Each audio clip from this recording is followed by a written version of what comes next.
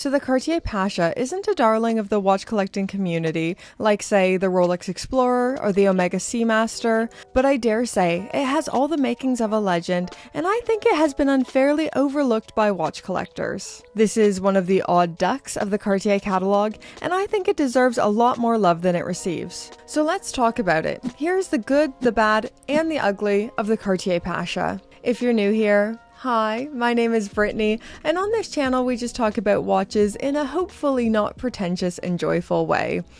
I don't always nail it on the not pretentious part, but I'm a work in progress and be patient with me. Today we are looking at this watch, the Cartier Pasha, and full disclosure before we go any further, I freaking love this watch and I'm incapable of being unbiased about it.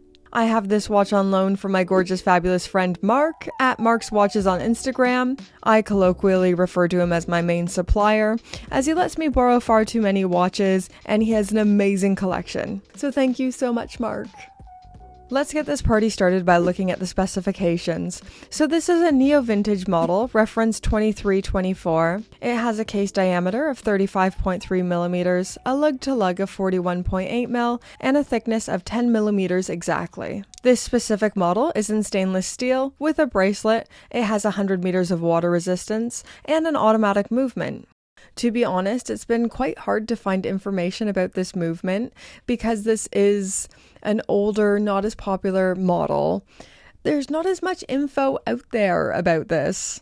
Given the fact the movement has 21 jewels, I would guess at the very least it's an ETA base movement, but the 430 date window makes it extra interesting. If you know what this movement could be, please comment it down below. I've had a really hard time to find information about this one, and I'd love to know more.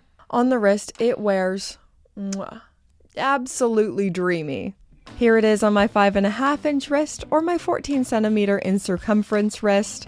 It actually feels like the perfect size on my wrist and exactly how a Pasha is supposed to wear. Now, I know most of the people watching this, 97% of you are male, and you probably don't have as small of a wrist as me, but the Pasha is available in a lot of different sizes and even different functionality, like the chronograph variation. But also, Mark rocks the 30.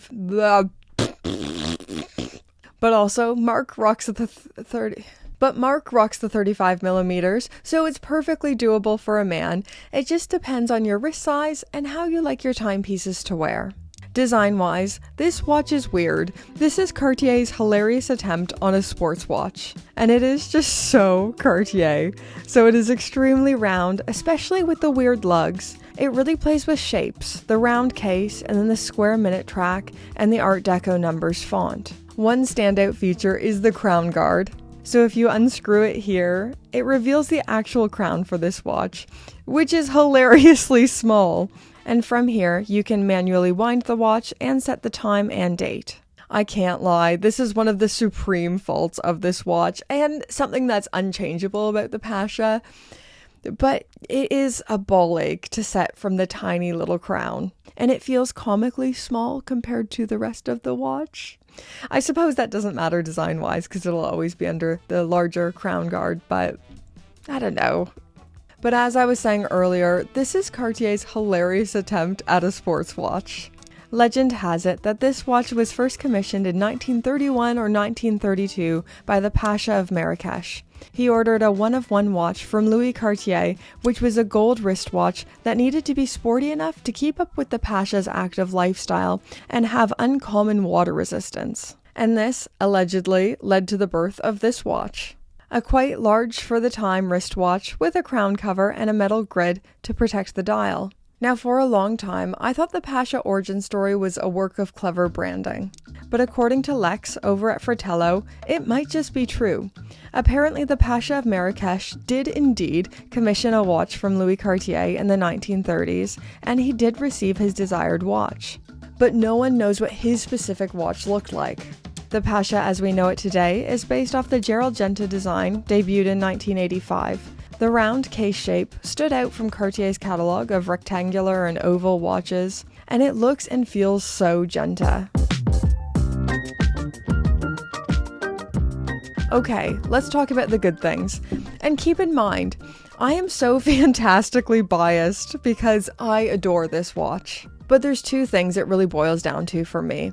One, how unique this model is, and two, the modern specifications. Let's start with number one. There is nothing that looks like or feels like this watch. It is so utterly unique. In fact, that's something I love about Cartier designs in general. There are a few watch brands that have a design identity that is so crystal clear. Cartier isn't trying to be Rolex or Patek Philippe.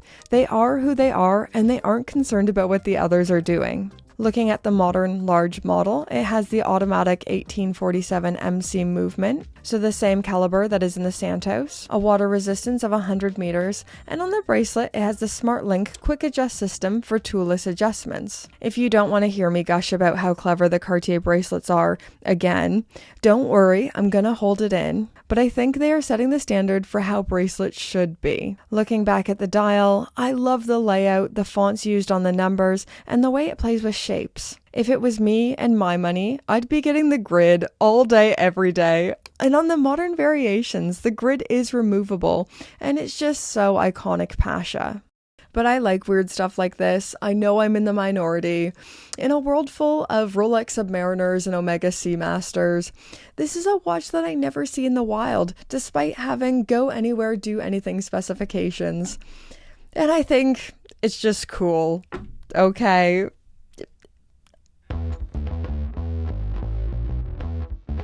So for the bad portion, I like to only highlight things that are objectively bad and save subjective preferences for the ugly portion.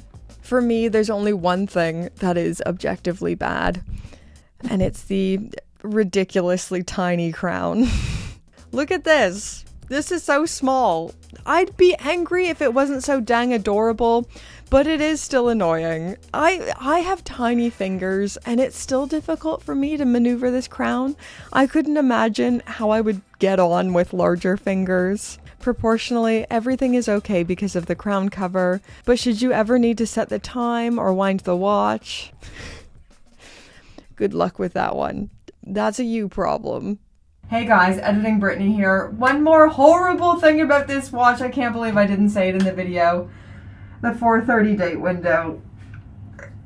It is objectively bad. It's not subjectively bad. If you like 4:30 date windows, we can fight in the comment section.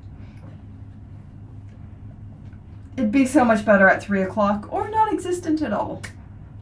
Sorry, 4:30 date window people. Okay, so I think the very reasons that make me love this watch are the same reasons that cause people to not like this watch. Design-wise, it's not for everyone. It's an opulent, weird, old-fashioned sports watch. I think it straddles that weird line, kind of like the JLC Reverso, in having a sports watch heritage, but it isn't seen as a sports watch to the modern standard or design language. But it should be said, with the automatic movement and 100 meters of water resistance, I feel like this could easily be someone's daily wear. Watches are so subjective. What you love, what design language speaks to you, it's unique to you, your style, your sensibilities and preferences. This is exactly my idea of out of the box. It's nothing too crazy like a de Bethune, but it's not as classic as, say, an Oyster Perpetual. I could very much see myself buying a Pasha one day, when I have 7,000 pounds handy. So not today, but maybe one day if you like, comment, subscribe, and watch all the adverts always. I'm sorry. Not my best segue. But do all that YouTube stuff right now. And let's thank the gorgeous, fabulous, wonderful patrons who keep the lights on here at Gringa HQ. That was an abrupt ending. That wasn't like me. But thank you. Thank you, Pope tier patrons. Ooh, thank you. Thank you all tier patrons. Yeah, thank you all tier patrons, but namely the Pope tier ones whose names are on the screen, yeah. And thank you, Mark, who let me borrow his watch for this video. Thank you, everyone.